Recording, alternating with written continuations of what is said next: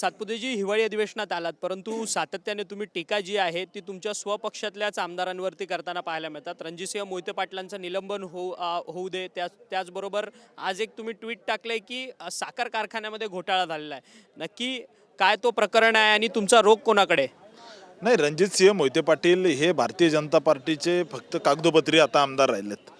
त्यांना पार्टीने कारणे दाखवा नोटीस दिलेली आहे। येत्या 8 दिवसामध्ये त्यांची हकालपट्टी होईल।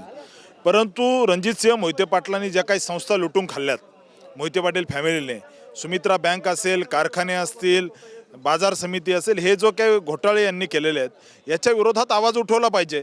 कारण गोर गरीब वंचित दीन दलित या सगळ्यांना लुटून या ठिकाणी मोहिते पाटलांनी स्वतःचे घरं भरायचं काम केलं।